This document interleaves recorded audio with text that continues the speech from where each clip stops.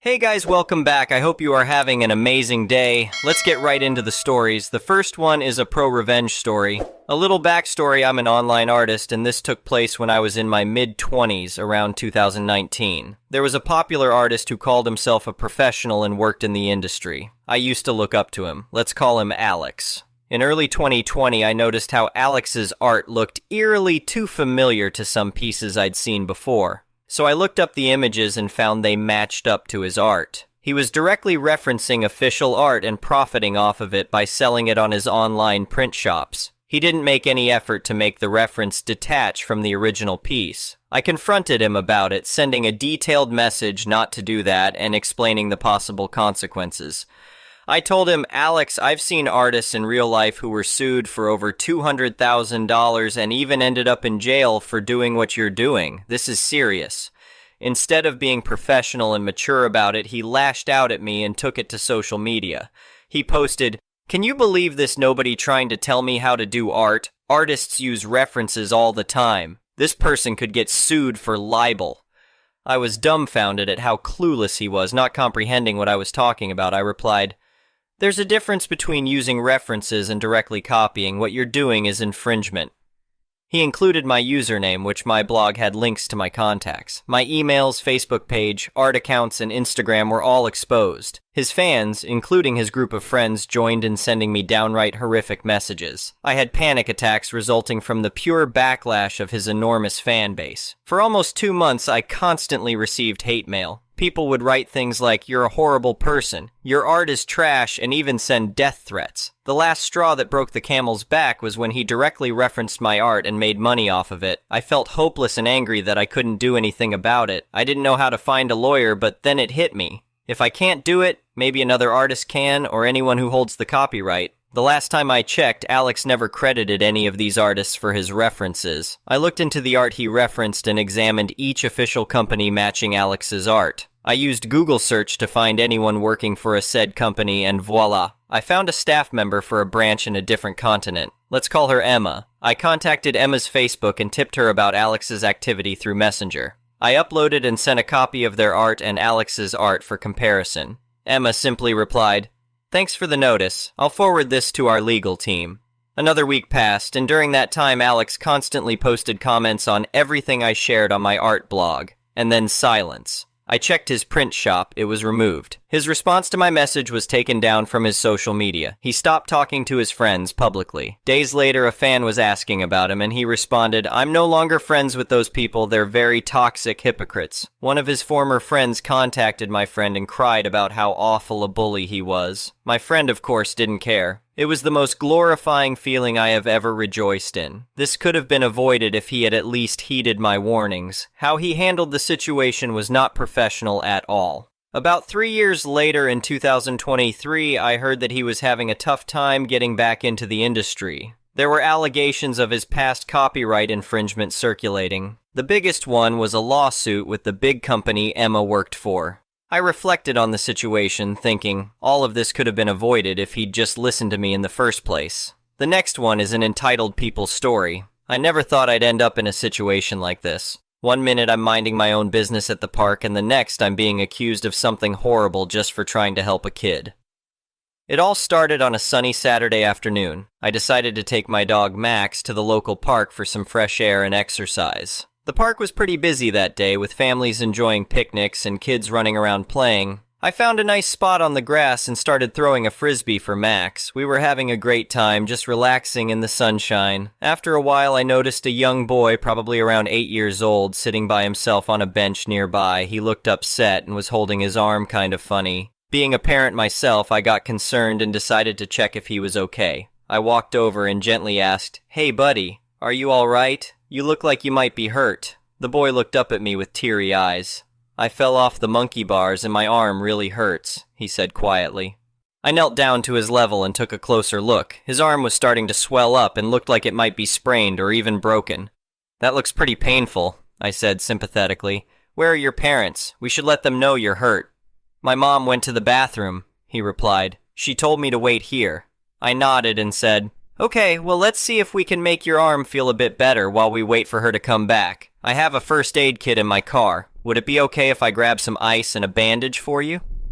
The boy nodded, so I quickly ran to my car to grab my first aid supplies. When I got back, I gently wrapped an ice pack around his arm and secured it with an elastic bandage. How's that feel? I asked. A little better? He gave me a small smile and nodded. Yeah, it doesn't hurt as much now. Thanks, mister. I sat with him for a few minutes, just chatting to keep his mind off the pain while we waited for his mom. I figured she'd be back any minute and would want to take him to get checked out by a doctor. Suddenly I heard an angry voice shouting from across the park. Get away from my son! I looked up to see a woman storming towards us, face red with rage. She grabbed the boy roughly by his uninjured arm and yanked him away from me. What do you think you're doing? She screamed at me. How dare you touch my child? I stood up, holding my hands out placatingly. Ma'am, I was just trying to help. Your son fell and hurt his arm, so She cut me off, shrieking even louder. I don't care what your excuse is. You had no right to touch him without my consent. For all I know, you could be some kind of predator. By this point, her yelling had drawn the attention of everyone nearby. People were staring and whispering, no doubt wondering what was going on. I tried to explain again, keeping my voice calm. I understand you're upset, but I assure you I was only trying to help. Your son was alone and in pain, so I gave him some first aid. First aid? She interrupted again. You mean you took his clothes off? That's it, I'm calling the police right now and having you arrested for sexual assault. I was completely stunned. How had offering a hurt child an ice pack turned into being accused of such a horrible thing? Ma'am, please, I said, my voice shaking slightly. That's not at all what happened. I only wrapped his arm. Look, he still has the ice pack on. But she wasn't listening. She had pulled out her phone and was already dialing cop, all while continuing to scream accusations at me.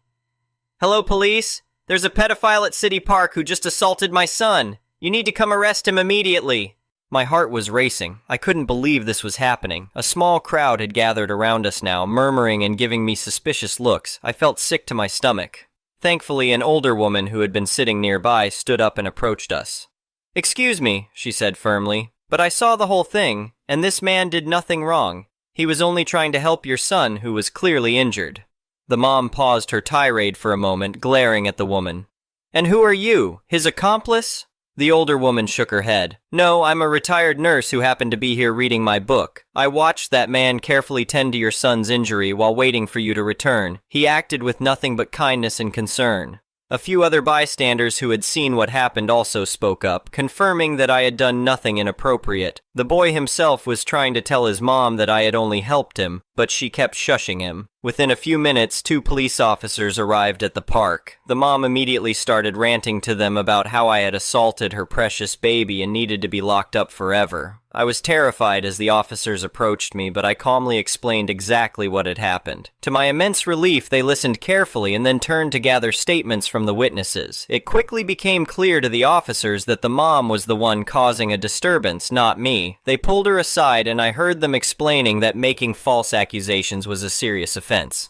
Meanwhile, one of the officers examined the boy's arm and decided he should be taken to the hospital to be checked for a possible fracture. As they were leaving, I heard the boy say to his mom, "But Mommy, why are you mad? That nice man just helped me when I was hurt."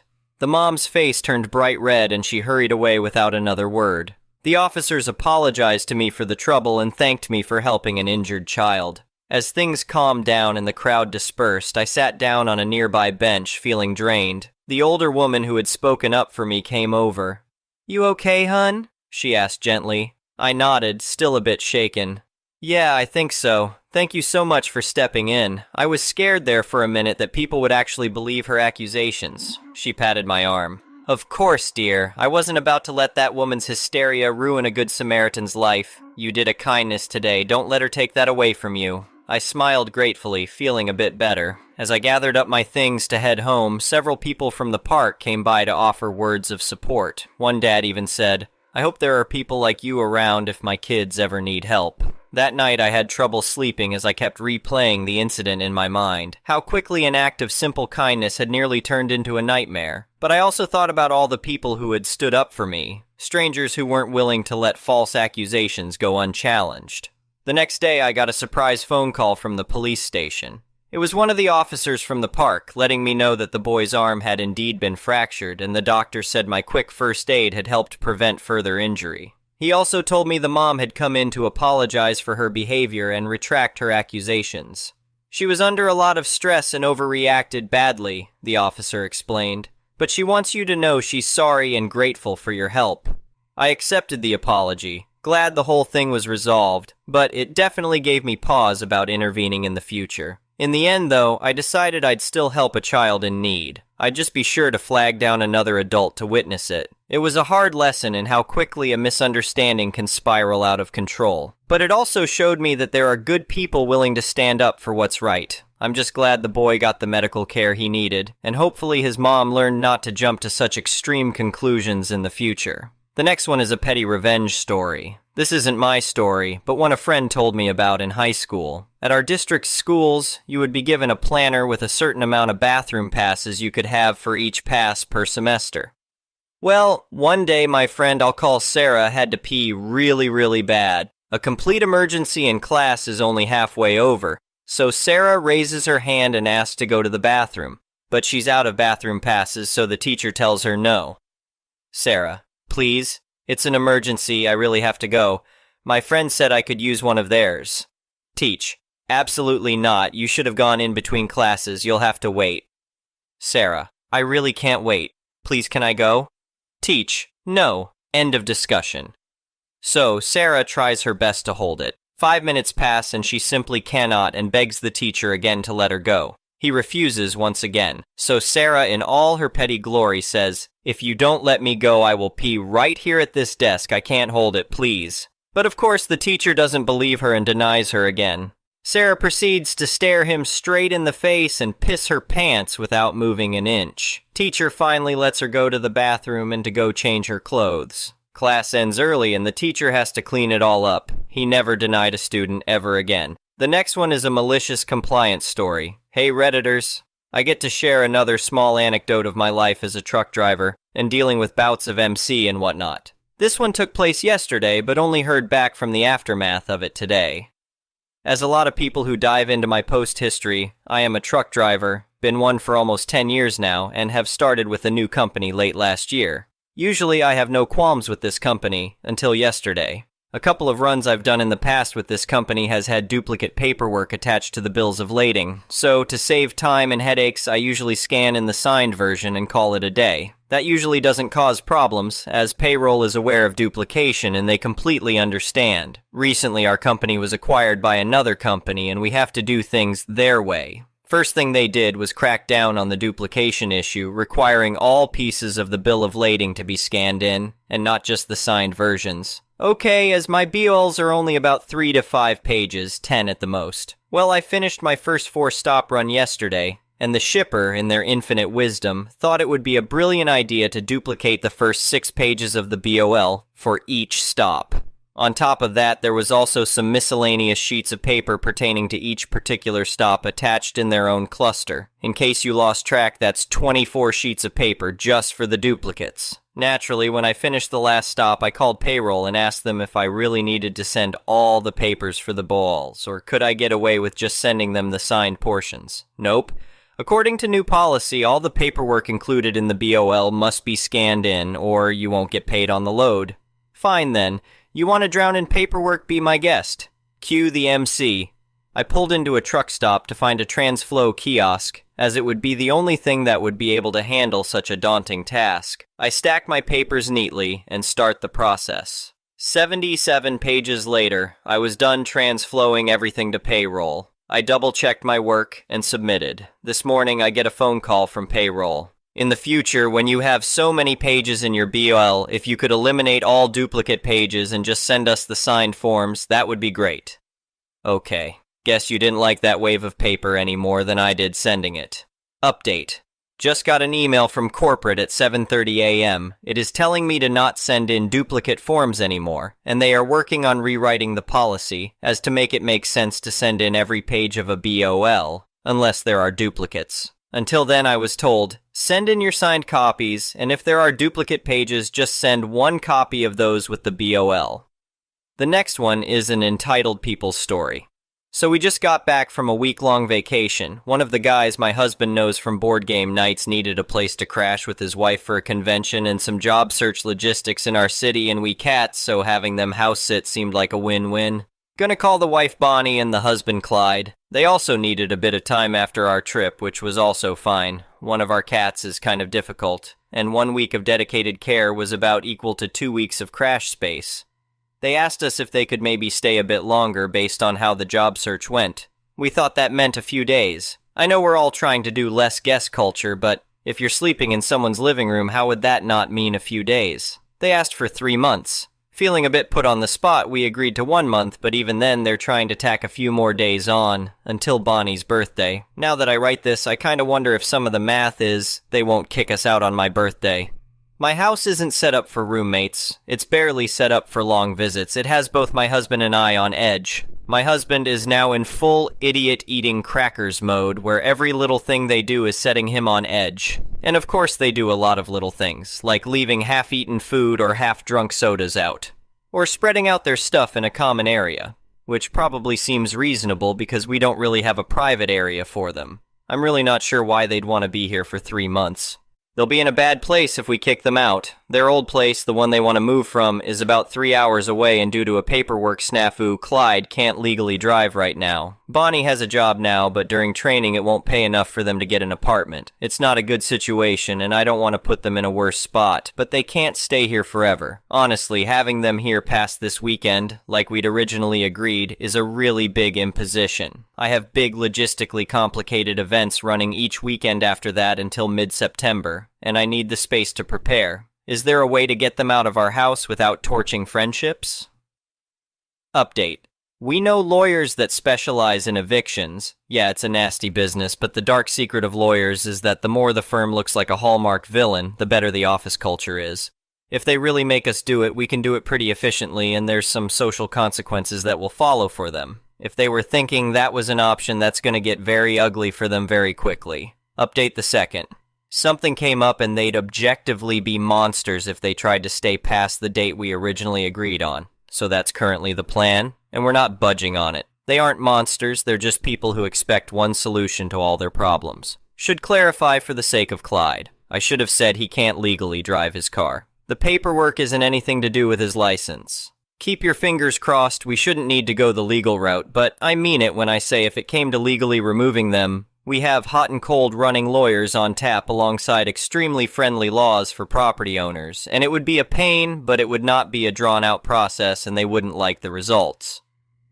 I'll either update this post when they're out or as a separate post if there's anything juicy. Cross your fingers I won't need a separate post. Final update. They're out. Bonnie tried to stage a medical thing while we packed their car, but we didn't stop loading their stuff, and in the end she followed her stuff.